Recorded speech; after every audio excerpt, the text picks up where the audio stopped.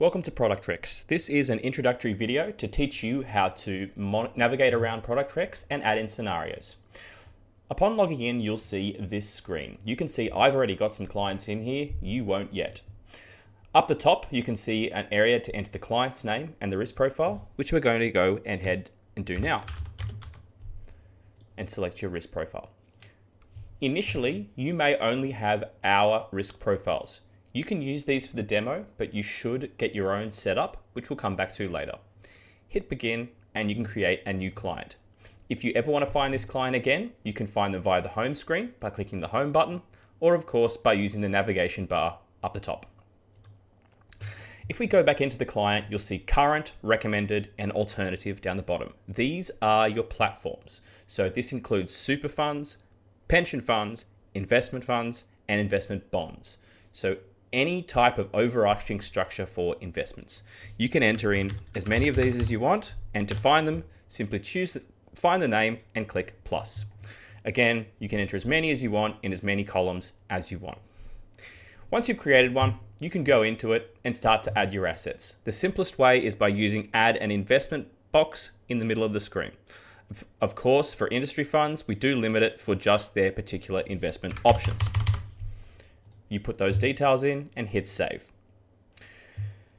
If we want to go back to the previous screen, we simply hit the client's name up the top here, and it will take us back to our scenario screen. If you want to add in a recommended product, it's exactly the same process. Type the name of the platform, select it from the drop-down, hit the plus button. And again, you can go in there and add whatever it may be. We have the full range of managed funds, approximately 8,000, full range of ASX 500, ETFs, LICs, and SMAs. They're all available. The easiest way to search is by APIR code and put in your amount.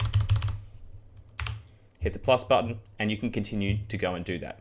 If you wish to add SMAs, you'll find them up the top here in Add Portfolio. And you can, of course, click that and select your desired SMAs from the drop-down.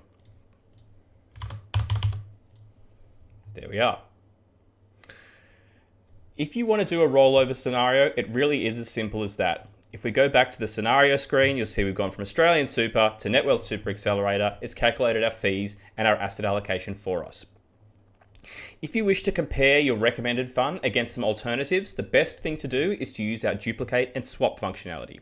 Simply hit the duplicate button here, click on the platform and drag it over to the alternative column. You can drag it to whatever column you like. I've chosen alternative in this case. Then click the switch platform button and change it to something else. What it will do is essentially keep the underlying assets you added in your recommended fund, but apply the fees for the alternative platform I've just selected, in this case, Hub. So you can see, very simply, I've done Australian Super to Net Wealth with an alternative of Hub. Again, you can have as many platforms as you want. You can have multiple recommendeds, you can have multiple currents, multiple alternatives. It's just a matter of continuing to add them in.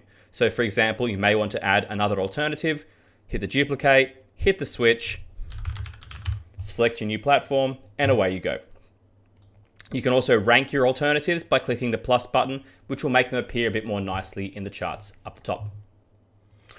So that is a very basic scenario. In this case, we've done a rollover with some alternatives. Of course, you can handle rebalances. You can handle new investment accounts. It's simply a matter of restructuring your current and your recommended to reflect what's happening with the client.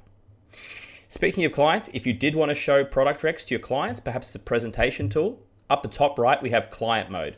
Click this button and it's going to reskin the application in your colors and your branding. If you don't have those set up, it'll tell you how if you click the button. Once you've done all of this, you probably want to get this data out so you can use it in SOA or perhaps make a file note. To do this, simply hit the document button up the top that says Get ProductRex, and you can then generate a Word document by clicking the Get ProductRex button. If you see ProductRex Theme in this drop down here, it means that we don't have your practice or your AFSL themes loaded. Please contact support. We'll create them for you for free. You can, of course, continue to use our default theme, but it's good to get your own coded up. Once that's done, you'll see the document has been created over here. Simply click it and you can download that as a Word document to do whatever you like with.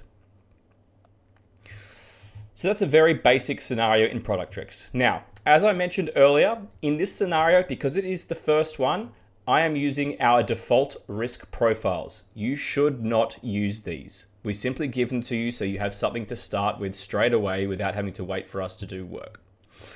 If you would like us to enter your risk profiles, simply hit this button up here and hit contact support and send them to us. You will have also gotten an email in your inbox instructing you on how to send them to us.